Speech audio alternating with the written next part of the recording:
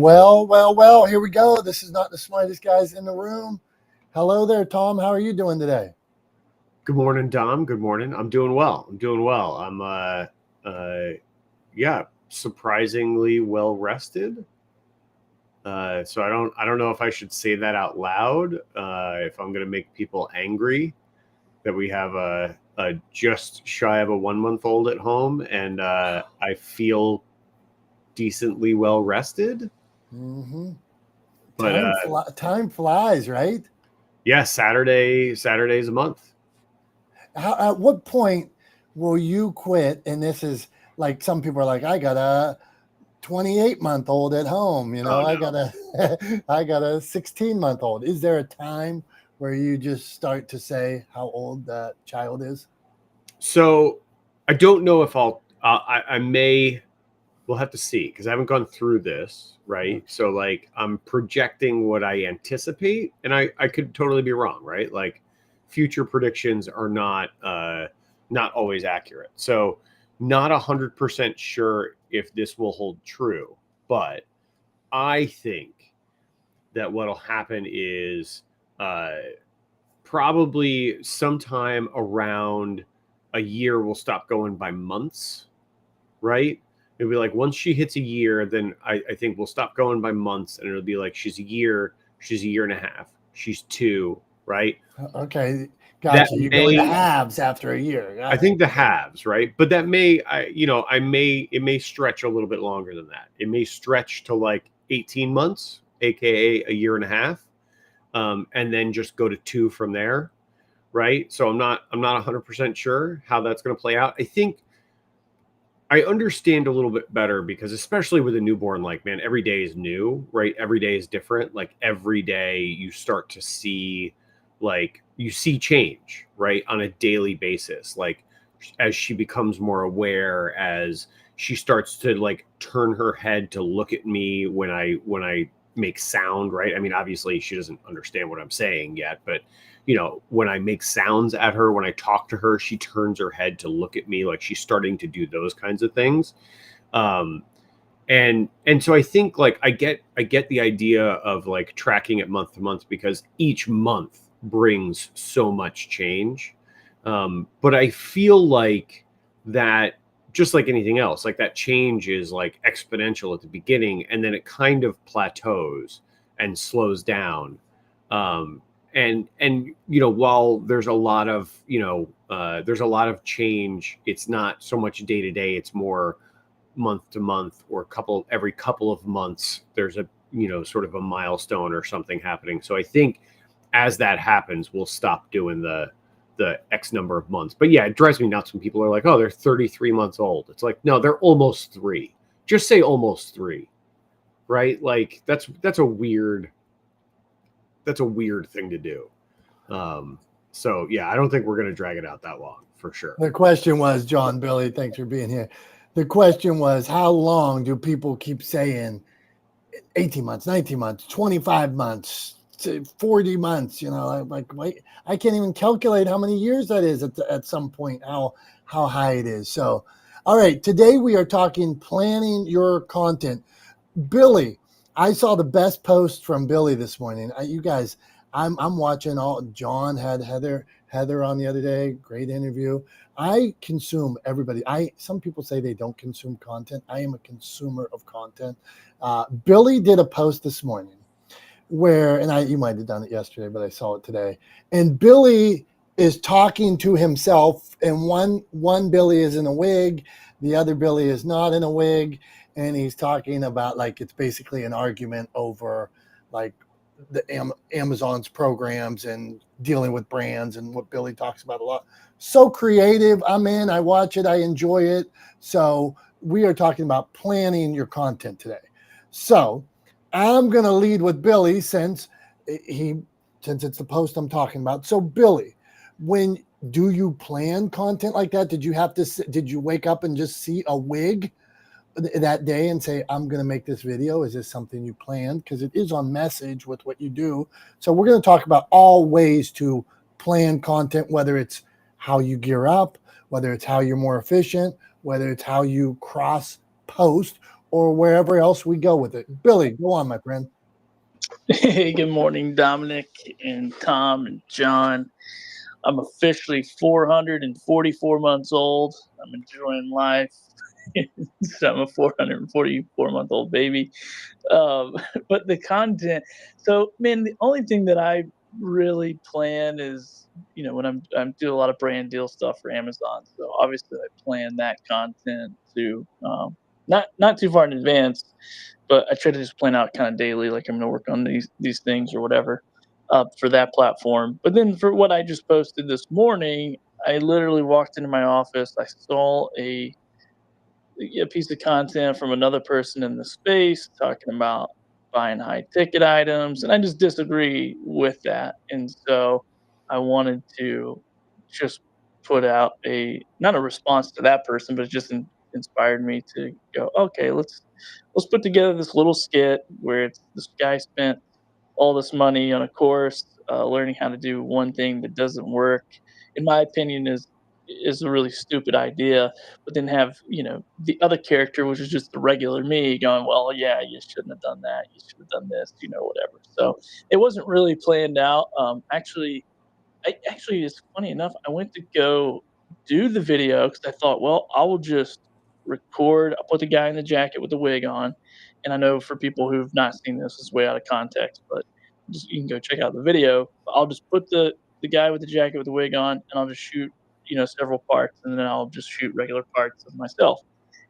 And I tried to do it off the cuff, which I've done in the past with these types of like skit style videos, but I was drawing a blank, and so I really wanted to put out a reel with something with this content, and I was like, man, I don't know what to do. So I just ran over the chat GPT, which I never do, and I'm like, here's two characters, here's what this character's gonna do, here's what this character's gonna do, blah blah blah blah blah. Like help me, brainstorm a quick skit or something. And so although I didn't use that skit, or that script verbatim, it actually helped me just like early morning creative funk, just like drive through that and go, oh yeah, okay. Even down to like one character should hold their phone and one character should be holding a cup of coffee. It was like, oh yeah, okay, those little things matter and make the video probably flow more natural. So yeah, Dominic, to answer your question, it took me about 45 minutes to put that together from top to bottom, editing and everything. And yeah, that's what it did. But that's not really the kind of content I always create. I like it, and I also love consuming that type of content. There's a lot of fun creators out there who create skits with multiple characters that they play, and it's pretty fun to watch. So that was my inspiration. One, wanted to beat up on somebody's strategy. Two, I wanted to copy somebody else's style of content. Hope that helps. Yeah, I think thanks for that, Billy. I haven't seen that post, so I'm definitely going to go check it out after the live stream here today. But yeah, I think to Dom's question and sort of where I was originally thinking about this, I think you did plan, right? And when I talk about planning, what I'm really talking about is pre-production. But planning is a term that I think is a little bit more widely understood, right, than pre-production, right? Pre-production is a little bit more sort of industry specific for my business. But you spent time in pre-production. You thought through what you were going to create, how you were going to create it. You leaned on ChatGPT to help you build out a script, which is totally like it. That's what it's for. It's a good tool to give you a starting place, right? To build out a scene in a script, right?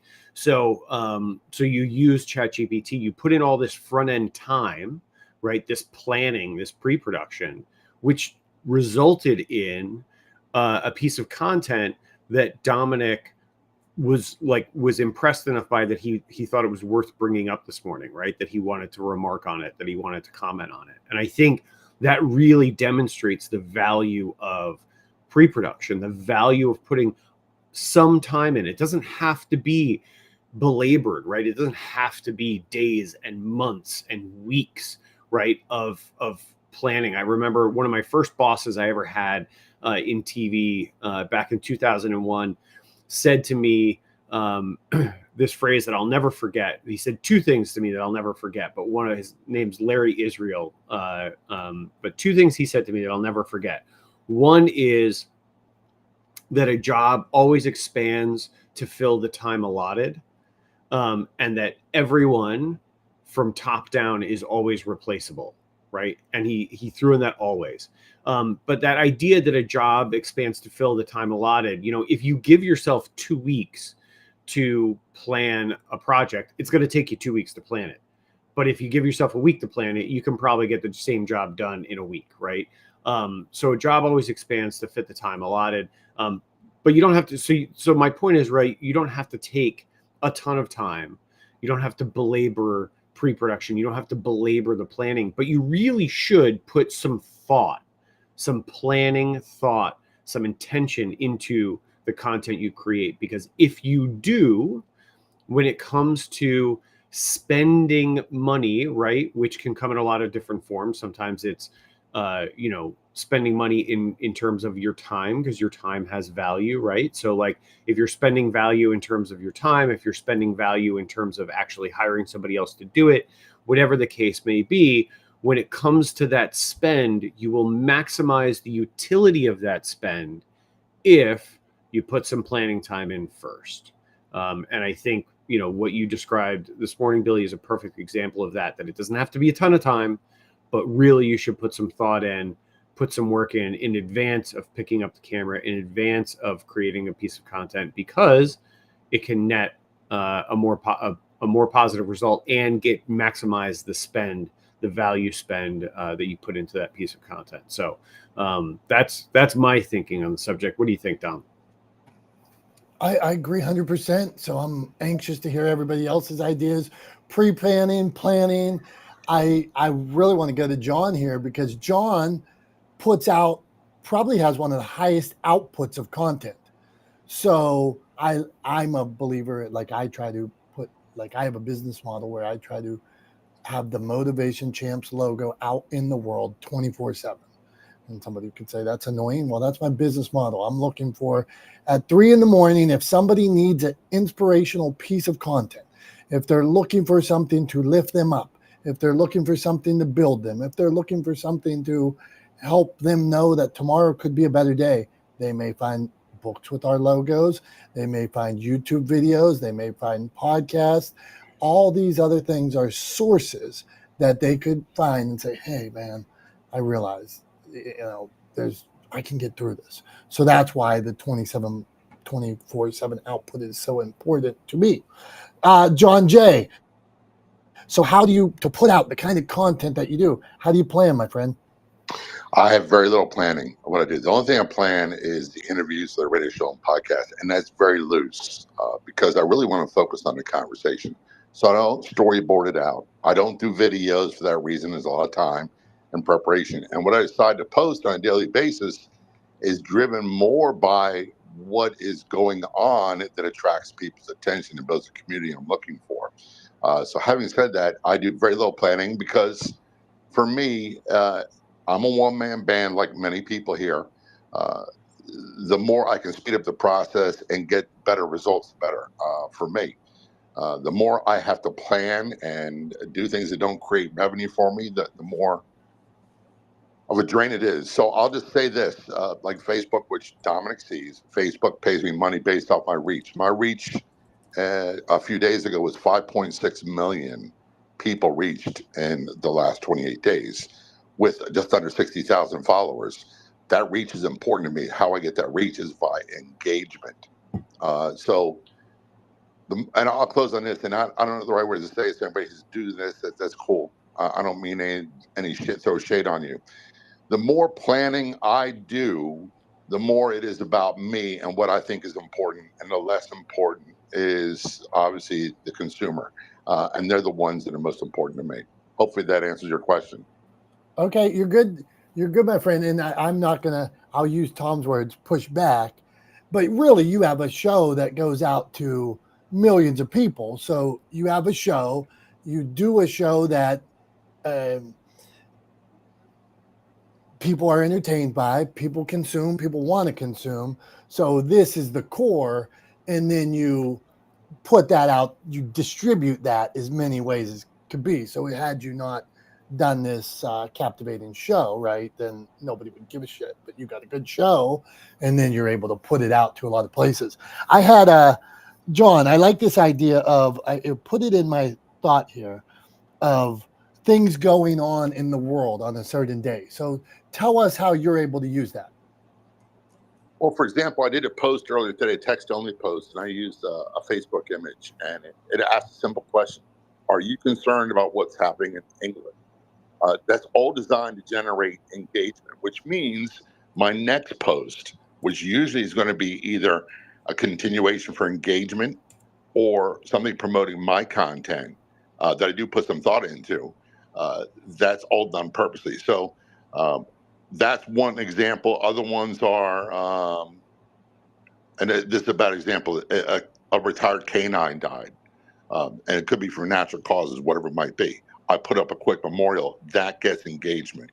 I know it gets engagement because I look at the responses, and it's all designed with purpose. So if the community I'm trying to develop is and create is a equal split of male female, older 40 plus, more likely to consume my radio show and podcast content, that's exactly what I do.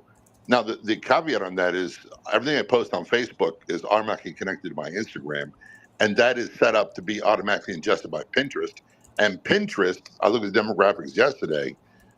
64,000 people visited or viewed content that past 28 days, and 36% of them were 18 to 24, which other platforms don't do. So I'm really trying to focus on what they're reacting to before I pop them with what's in it for me. Hey, you're the man. You're the man. I appreciate you, and we all do. And I am always telling people to watch what John Jay does. Look at what he does. Yeah, I just had a conversation with somebody the other day, and they were down on Facebook, and I said, "Look, man, John Jay leads with it. We both knew you." I said, "John Jay leads with it. He's killing on it. Don't give up on Facebook. It's the catch-all." So we see you. So okay, let's continue. We got Dr. Tachi in the house, Tristan, Jason, Julie. Okay, we got some friends watching on. I see a Twitch comment, Tom. I don't know if I've ever seen a Twitch comment. Okay, so let's continue on this trail. Okay, Julie wants to come up. I've seen Twitch comments before, but they're usually spam, and this one is spam. It's Yahoo! Like cheap viewers on like, here's a link, and I'm like, no, I'm not going to click that link. No dice, not going to happen. No, not today. Thank you. Thanks for nothing. Thanks, but no thanks, Mr. Bot watching on Twitch. Yeah, there we go, Mr. Bot. All right, so let's go on here. So we're talking about pre-planning, all kinds of planning. So even like production, saving time, pre-production, like the cross-posting thing. Like if I'm going on vacation, I cross-post a lot. Sometimes I don't cross-post because I want them to be a little different. But sometimes it saves me time, so I do it. Cross-post on to different places. Sometimes I like in-app scheduling. So I've used the Hootsuite and things like that before. I prefer in-app schedulers. I just seem to get better results with that. If I'm going out of town, or if I know I got a lot of appointments on a day where I'm not going to be present to be able to put out as much content, I will use in-app schedulers a lot more. To John Jay's point, I always think it is important, no matter how much you schedule, to look at what's going on in the world on a given day. Maybe there's a piece of content that you put out, or maybe a comment that you have based on your brand, your solution exactly lines up with something that's going on in the world on a given day. So I think it's a complete miss if you're not aware of what's going on in the world on a given day. So I will get off my temporary soapbox, and we will go to Dr. Tachi about pre-production planning, whatever you want to call it. So go on, Dr. Tachi. What do you have for us today? How are you? Oh, I'm wonderful. I hope you all are well as also. So, like John, unless it's an interview, and even then, to be honest, I'm not doing a whole lot of pre-planning for that. just to do. Obviously, if I've asked somebody to come on Mediascope, it's because I like what they do, and so I've done, a fair amount of research ahead of time, like ask them questions, so that we don't have to go through a whole lot of basic things. But other than that, I don't do. I tend not to do a whole lot of pre-planning, because at this point, it's and maybe for John it's the same. It's almost like clockwork, where you've been doing it for so long that the show almost runs itself. And not that you don't pay attention and try to make it better and more interesting for the audience, but it just kind of runs itself. So I don't do a whole lot of pre-planning unless there is something that hits me, like there's a particular story that I want to talk about, and then I just get into it. Now there's another segment that I do for the Kenny Burns Show, who's a radio broadcaster out of Atlanta, and that because it's pre-recorded, it requires a little bit of more pre-planning um, than I do for Mediascope, only because I've been doing Mediascope for so long, and it's live, which to me is easier because I don't have to then go back and edit. So the answer is I don't do a lot of pre-planning, with the exception of if there's an interview, I do a little bit of ahead of time research, and then also this is pre-planning, finding the stories, but the stories kind of find me. So that's what I have for you today. Cool. Thanks for that, Dr. Tachi. So I'm starting to see a little bit of a trend here, right? I think when you first asked the question of Billy, same thing with John Jay, and same thing with Dr. Tachi, that there seems to be, when you ask how much do you plan, I think all three of them started out by saying not very much, right? Is essentially the first part of that answer. And that's curious to me. And I think there's a little bit of sort of like baggage around the word or the idea of planning when it comes to content, right? And I think some of that is that there has been a lot of pushback on overly produced content, right? And people want their content not to feel forced, right? Or overly produced, which I completely understand. My response to that would be, okay, then plan in such a way that you're not overproducing. That's very, very doable.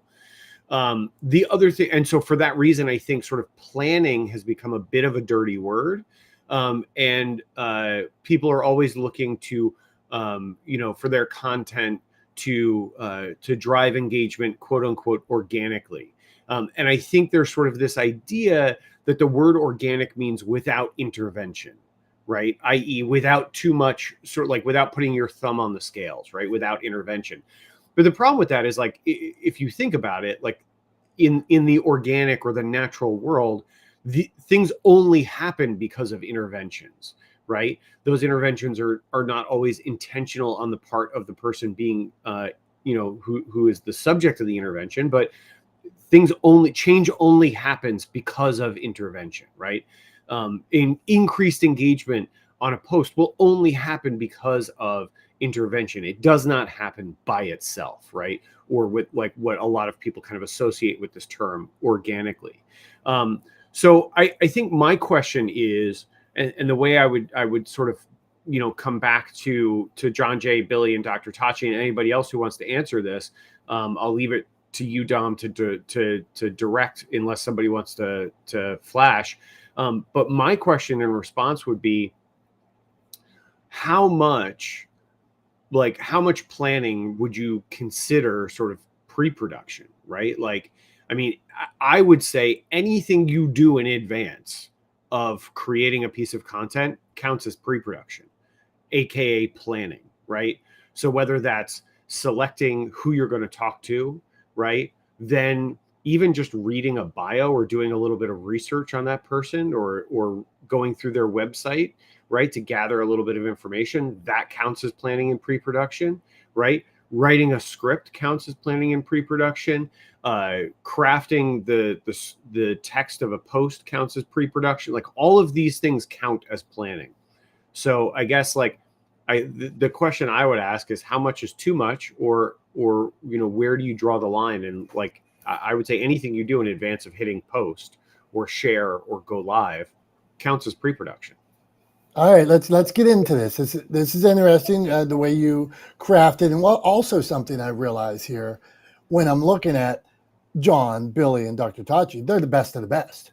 They have been around. They are pros in the game. So somebody starting tomorrow, like sometimes I have an author that's never been on social media, or you're working with somebody who's moving into their second act of their career. They were an accountant and now they write children's books. They have never used social media. They've never marketed themselves. So it is a big difference on who it's coming from, who the message is coming from, where somebody sees what John and Billy and Dr. Tachi are doing, and they're like, shit, I don't have a camera. I don't know. You can cross post, you can schedule things, you can have a podcast, and then share it somewhere else after you've done the podcast. Holy cow. So Billy, go on. I definitely want to hear from each of you. Billy, John, if you want to jump in, Dr. Tachi, and we'll go to Tristan, Jason. We'll keep this ship selling. I nailed it. Billy, what do you got? Well, I mean, I guess I appreciate Tom's perspective. Like, so in that definition, I guess I do plan my content. Maybe I don't prepare to plan my content. I don't know how. I don't want to say I don't prepare, because maybe that's not the right word either. But I think my approach is probably more spontaneous than that of someone who is, running a marketing agency who maybe has a content calendar for their client. So when somebody says, do you plan your content? In my mind, I think, nope, I don't have a content calendar. I don't have a, more than a 5-second thought about this next move. So I think when I think of planning, I think of like a plan. Like, what's our, if we're going on a trip, here's what we're going to do, A, B, C, and D, and here's the times we're going to do it. I do not do that with my content. Now, besides just my everyday Amazon content, the plan is, I'm going to make this, but I don't really think about each like I'm going to do a bunch of Bluetooth headsets here in a minute. The only thing I've pre-thought about is I'm going to do all those at the same time, because I'm in that workflow and that mindset of Bluetooth headsets. I did not pre-plan each one of those, what I'm going to say about each one of those and how I'm going to say it. I'm literally going to quickly review the content about it and test it out for like 5 seconds, 10 seconds, see what I think about the quality of the audio, and then move on. So essentially I am planning, because right there's my plan. But I guess when we first said it, I was thinking like, no, dude, I don't have a content calendar. I'm not going, okay, tomorrow or next week on Thursday, I'm going to do this, and that. So I am a planner, I guess, by definition of Tom, and definition of the word. I looked it up just to make sure. There you go. All right, Billy. Billy's a little reformed here. Tom did his therapy. Go on, Tom. No, I like that. I appreciate that, Billy. And yeah, I mean, look, because a loose plan is still a plan, right? And being armed with a plan or a strategy is not bad, right? You can take it too far, just like anything else. Tom, great word. Great. I want to cut in. Just a great word on your use of strategy, right? It could strategy. Now, let's go into that. Go on. Well, yeah, because people are like, oh, strategy is good, right? But planning is bad.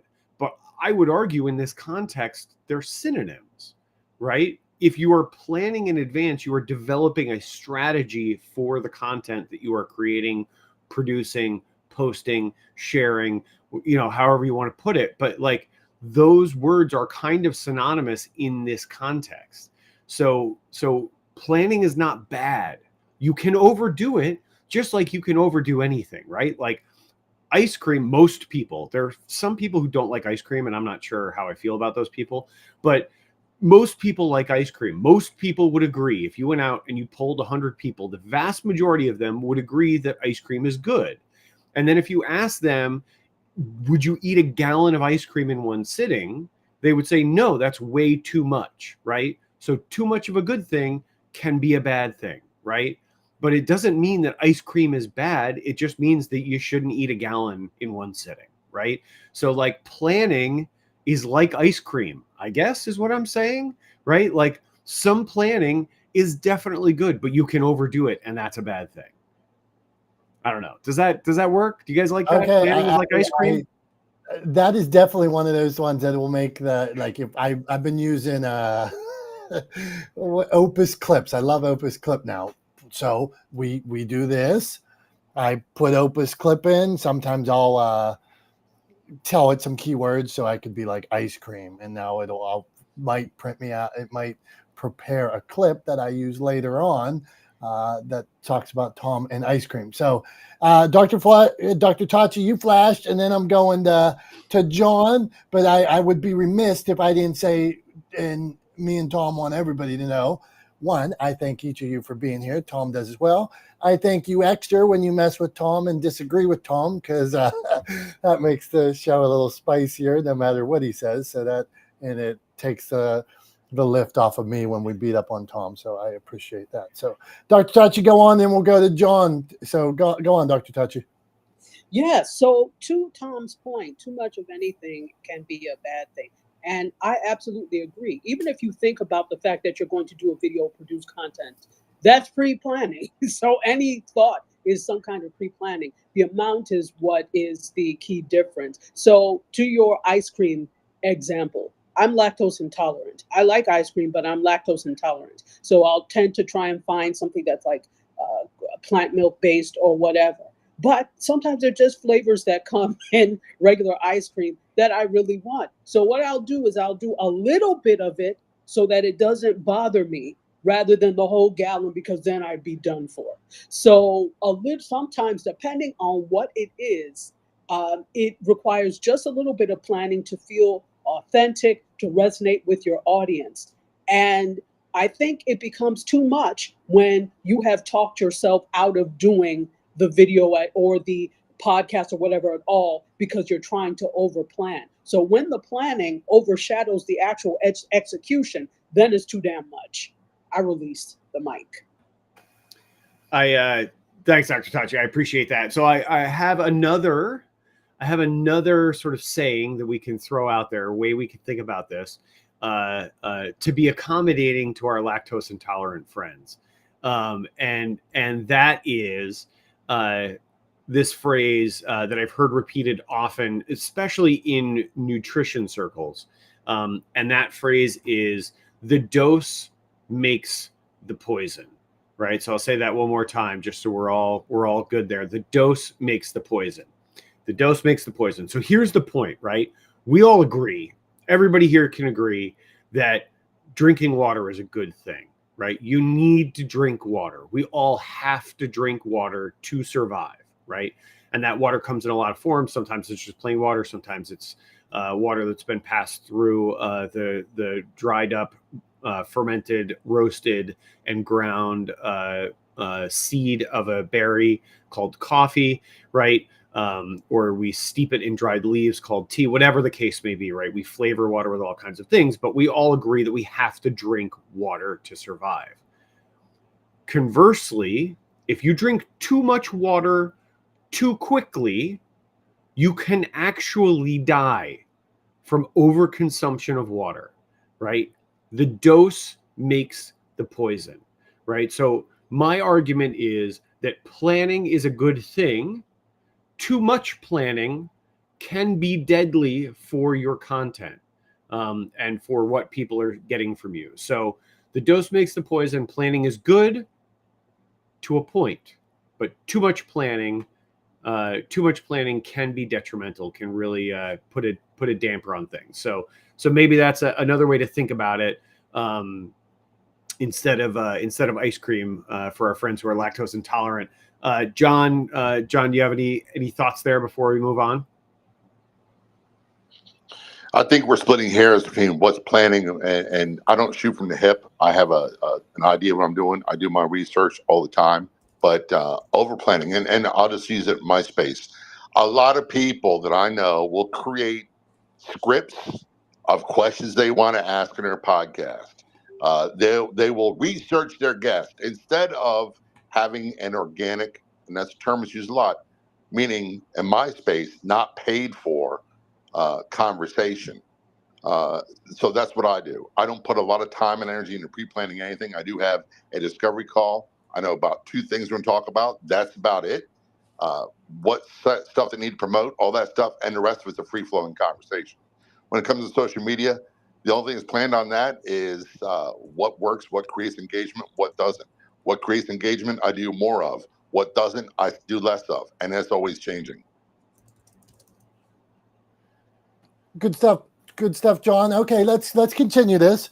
So are there, as we go through, are there tips? I wrote down a list of things that I thought, well, I'll go if it's, what would help people put out more content? What would help people put out better content? What would help them save time? Whatever you want to go.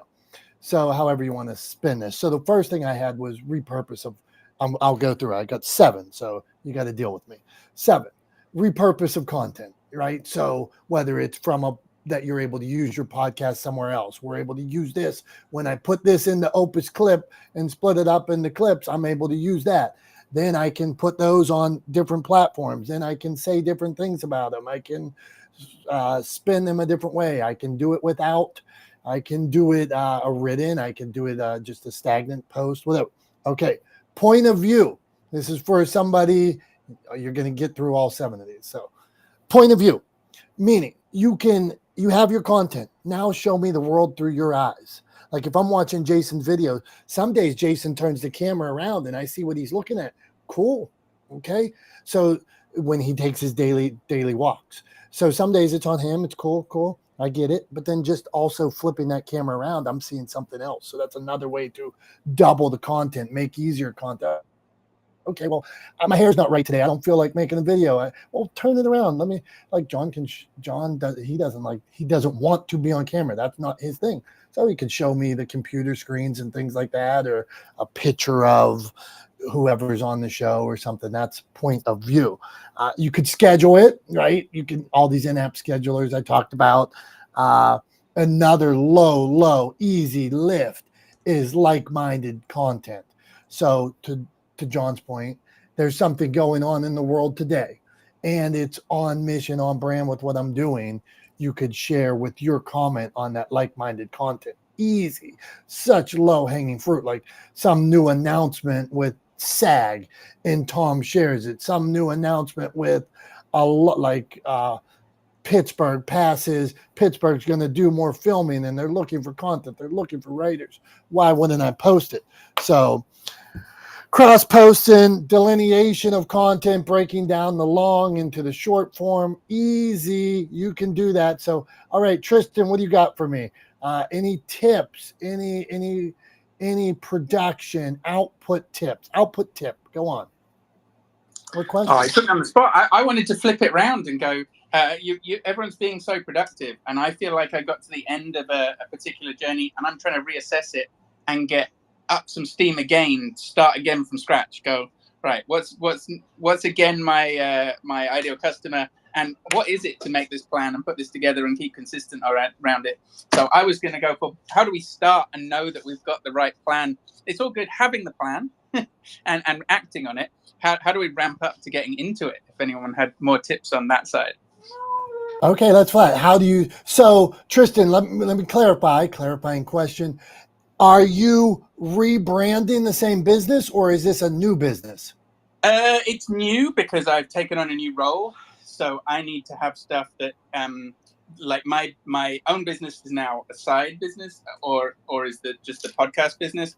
I've got a new role in the company. I don't want to sidetrack on that, but in a sense, I've got to rethink the message because there's less time in the business because it's now on the side, and there's more time in the main business. But obviously that I'm not in full control of all of that. And I've got to be not too off brand for that because they're employing me too. So I have to not be too far away from it. So I'm trying to find that line and find that new energy to drive it. How many episodes do you have of the show? Of my show, it's what we're on about 50 or something, 54. Okay, so 50 episodes already in. Love to hear and so you're going to rebrand. So you're still gonna put out more, but you already have 50 in the hopper. Is that the understanding? Yeah. So I've got more out, but now I've got a slightly different availability of my time. Okay. So I need to make sure that I'm being focused on the who I'm getting on and when I fit that time in, and being more purposeful with promoting them, because I felt that we did promotion, but we weren't driving it, and I had some other ideas of smaller, more different types of piece of content that I want to produce, but I need to not keep dropping off. My energy levels keep dropping off of it. I'm much better at getting other people to have energy to do content. It's not my normal daily work, but it needs to be for the podcast part. So okay, yeah. Gotcha. So I'm wondering about repurposing of the content that you already have. I'm wondering about scheduling the content that you've already had. I've watched the same episode of The Office 1,000 times. I've met new people I met a new person today. I went to a breakfast club this morning. So each day I meet somebody new. So can you put out the content that was previously put out and relate? So I'm just wondering, can you relate it to the stories of the day? Like using Google Alerts, boom, I'm looking up these 5 keywords or something like that. And then I'm putting out content based on that. So John, you got thoughts on that? John, Dr. Tachi, then we're going to move on to Jason. Go on. Yeah, I do something a little bit different from a lot of people here. So the one thing I would say is a lot of people tend to lose sight of is who is your audience, who you're trying to attract, and what's going to move them to follow you, to consume your content. If you don't have that first and foremost, who your listener is, who you're and not everybody's going to listen to your show, but they can become consumers of your content and generate revenue. If you are not focused on who they are and what moves them, you're just talking about yourself and you're flapping your gums. So good luck building an audience. That's just my point of view. So John, he needs to find out who his consumer. So John, if I'm listening to what John said, so John's saying you need to find out your consumers, who your consumer is first, Tristan, and then market to them or set your plan about. Is that your thoughts, John? Yeah, and Tristan's got, I mean, someone that told him before, he's got this advantage. He's got a great voice. So the less we focus on being an expert, and and I'm not saying to not be an expert in your content. What I'm saying is format your content to be of interest to them. So if you know your audience is more likely men and women aged 50 years of to 70, focus on them. Don't spend time trying to recruit 18-year-olds, is all I'm telling you. And of that 50 to 70 range, there are things that's going to motivate them to get them respond a lot quicker and follow you a lot quicker than things that 18-year-olds. That's the only thing I'm saying. So know who your audience is and work towards gathering that up. What's the old saying? You attract more flies or bees with honey than you do with vinegar. Throw some honey out there that's going to attract the audience you want. Got it, John. Thank you. So Tristan, how's that? Number one, knowing who you're talking to. So that's real good. And John was on the money there with the sort of age range we're probably looking at. They're senior business owner type people. Sometimes skew a little bit lower, but generally it's up there. And they're hard to move. They're good, consistent listeners, but they're hard to move to action. They're not jumping out, hitting buttons, hitting likes, hitting reshares and things, but they're good at catching up and doing stuff. So my answer to you is just remember that all this social media nonsense is just a distribution platform. So don't fall in love with it. Know that it is most of the time it's free to get your content out there. So it's just another source avenue to get your content out to the world. So if you don't get the likes, the shares, or this or that, well, you're still getting views. You're still getting free views when you put the content out there. Of course, you want more engagement, and you're going for that because it gets you more views and eyes on what you have to do. But it is all free. So use what is free. That's what I like to do. Jason, what do you got for us? Output of content. Can you make it easier for us? What do you got, man? Well, thanks for calling on me. I appreciate it. All this stuff is just tools for you. Hey, Jason, your mic's a little low today. Here, let me turn it up. Can you hear me now? Hey, look at this guy. Turned it right up. Go on, man. You're good. Okay. Yeah. All these devices, all these platforms are tools for your service. So, I mean, you can be informative, you can be selling something, or like your point of view. Like I was kind of talking about it another day, where it's like, can I relate my perspective to somebody else? And if I'm going to relate, to add on to John's point, it's like, well, who are those kinds of people? And like when I was doing my daily walks, and I'm still doing it, I found out that women like my walks in the morning. That's the first major group that likes to hear something inspirational, start of the morning, get their motor running. That's the first. Then I started looking at age groups. Okay, so if I'm starting looking at age groups, then I look at the tools of social media. What are the identifiers that attract those people? There's plenty of tips. Every social media has suggestions of how to gain your audience, how to keep your audience, what to encourage. So all these things are just tools for you. I agree that, with Tom, it's like you can over plan. Yeah.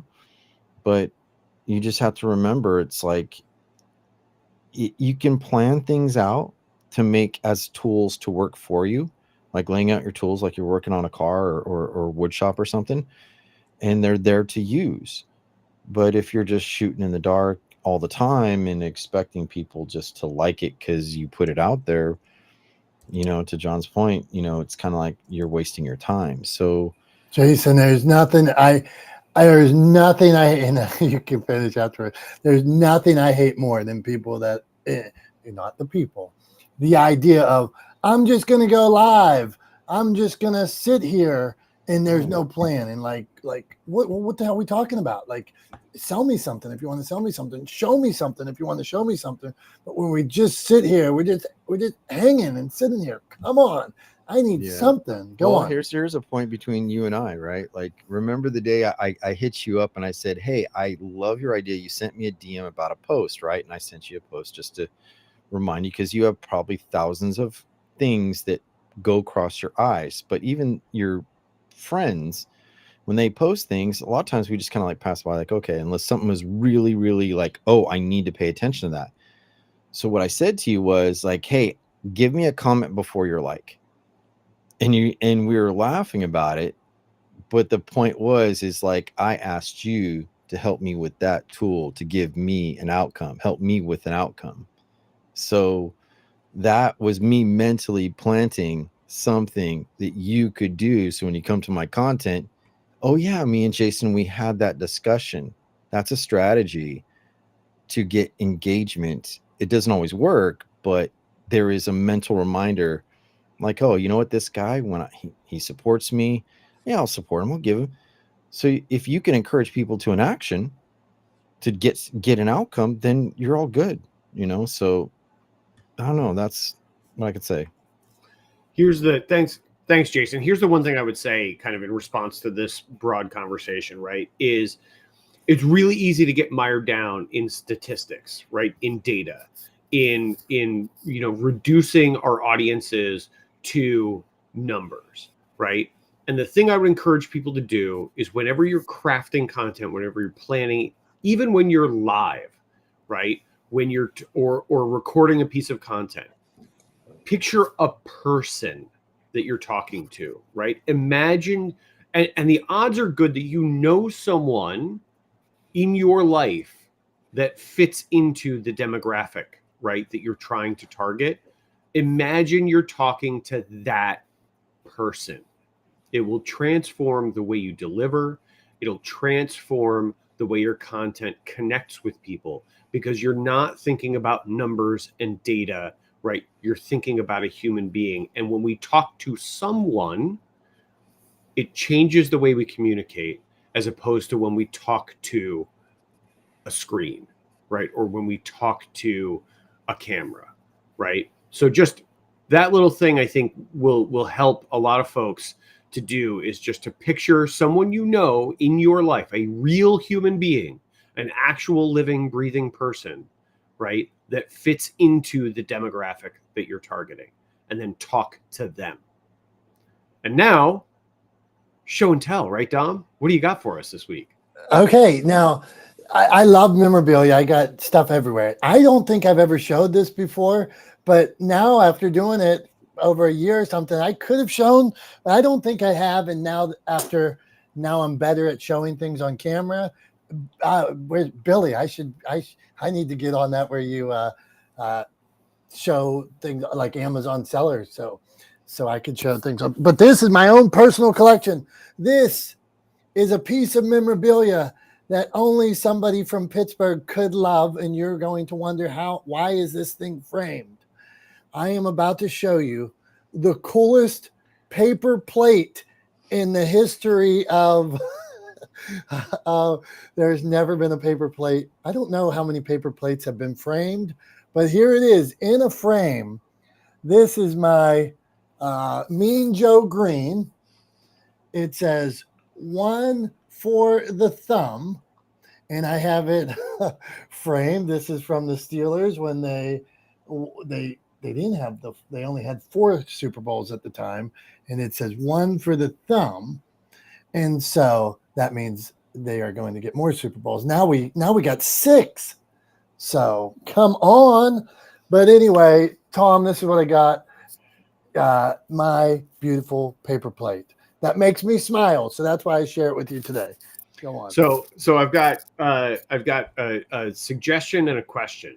Yeah. A suggestion is turn mirroring off on your camera so that we can actually read what you're holding up. I know you read it to us, but if you turn mirroring off, then we'll actually be able to read things. No, it's still on. Now you think I'm going to be able to do this while we're talking? You do it. All right, you can do it. And in it's not going to screw. Okay, hold on. Okay, yeah. So click on the little gear. There you go. Hey, look at that! You did it. So is everything backwards or the right way? No. Now everything's the right way. So why didn't you tell me this before? Well, because you weren't holding up something with letters on it, and I wasn't really paying attention to whether or not your camera was mirrored. That's up to you, man. So for anybody doing video, do I want to be in mirror or not mirror? Why would somebody you don't want to be a mirror, because then we can't, like, the books behind you, like, we can't read any of the covers if it's in mirror. Like, if I was mirrored, you wouldn't be able to read the logo on my hat. It would be back. So all this time we've been friends and you've never told me not to mirror my stuff? I have. That's what's no. Okay. Right. So John says he's told me many times. Okay, fair. I've told you. I've definitely told you. See, I wonder if this just happened again oddly. Okay, so it's a setting that tends to reset. There you go. Now we can read one for the thumb. That makes a lot more sense. It looks better now. One for the thumb. So this is. So then my other question was, is the signature printed on the plate, or is that an actual Mean Joe Green signature? No, this signature is printed on the plates. Okay. Back off, man. No, it's just a question. I was curious. I thought it'd be really cool if you had that plate with it's cool anyway. It's an interesting piece of memorabilia if you're a huge Steelers fan. I totally get it. Right? No shade, no hate. But I just thought it'd be extra cool if it was a real signature. You could be correct. All right, we're cruising on. We saw paper plate. We talked about planning. I got Jamie's coming up next here. Jamie, she said in the comments, she said, it's been a minute. Well, we appreciate anybody who comes for 5 minutes, 10 minutes, or comes back again. She says, you all taught me so many valuable skills over the years on Clubhouse. Hey, TikTok is my newest challenge. She's gonna tell us what she's on, what her name is there, and I'll follow her. I've used many voices to draw followers, engagement on pair. So, Jamie, what do you got for us? Go on. Hi, Dom and Tom. John, once again, another good pointer there. I followed all of your guys' pointers. TikTok is a lot of fun. I love the filters. I pop on there. I did a little kid voice and nobody knows who I am, and I just make people laugh. Or I've been teaching adults some polite ways to use their manners because they seem to forget. So finding my audience has been fun either way, whether I use my funny voices or just chit chat about mental health. TikTok has been fun, but I always see you guys every Wednesday morning. Try to jump on. I'm actually more on YouTube now. I did move, I'm setting up a room, a podcast room. So I'll actually be on YouTube watching and not just like Clubhouse. But like I did say, for the people who are not here before Clubhouse, these guys, they taught me so many amazing things. I can't even believe how many years it's been now. And your pointers really did help. They do help.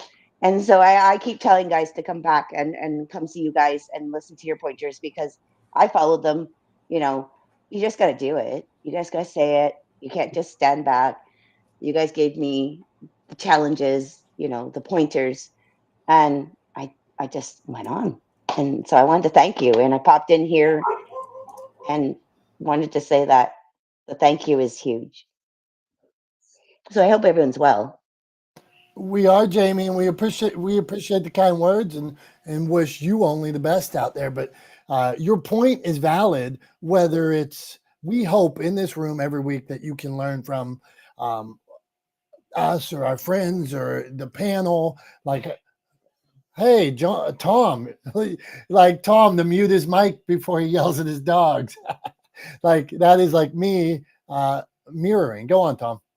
I had muted my mic on the live stream, but not on Clubhouse. That's my bad. I apologize for everybody that had to hear that. But they're barking at nothing outside, and it's really annoying sometimes.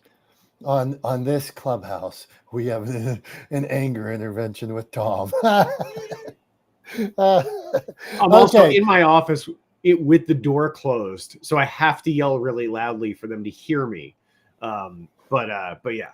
Sometimes I yell, "Hey, enough!" and they it breaks their attention and it stops them, and they're not barking anymore. So, when I was in insurance, I did 10-year bid in insurance sales, and I had a client one time. Like I worked from an office in the home in the basement, and like it's separate from the house, and all of a sudden the kids were like being bad, and the guy said, when we got off the phone, and he was a guy that I had as a client for years, 401k, spent all kinds of money, big machine shop and stuff. He said, all right, go play with your kids.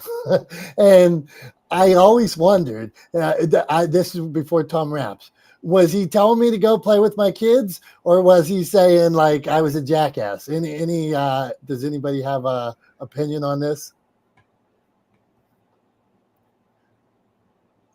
That was probably his nice way to be polite, but yeah. He thought I was a jackass. Okay, Jamie says jackass.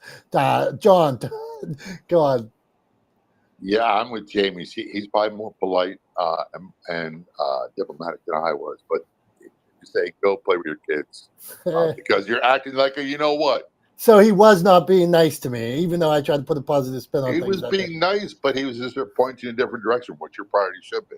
You're right. Fair enough. Tom, an answer. I'm going to take a slightly more charitable view, and I'm going to say that it was his way of saying I'm ready to get off the phone, without just sort of saying like I don't want to talk. Like it was his way of saying I'm done with this conversation, right? And he was basically saying like, all right, man, we've talked enough. We've covered everything we need to cover. Why don't you go play with your kids, right? Go enjoy your family, do whatever. But like we're done. We're good. I'm off. Right. So I don't know. That's my slightly more charitable interpretation. Okay, that's fair. Tom, Eric saying he had something to say here. So Eric, we're at the same point. We're getting ready to wrap here. So he can't come up. Okay. We got like 10 seconds. We're already over. So we're over. Okay, we'll talk about it. We'll talk about it next week, Eric. That's that. Okay, so Dr. Tachi says, what a cool show. So that's cool.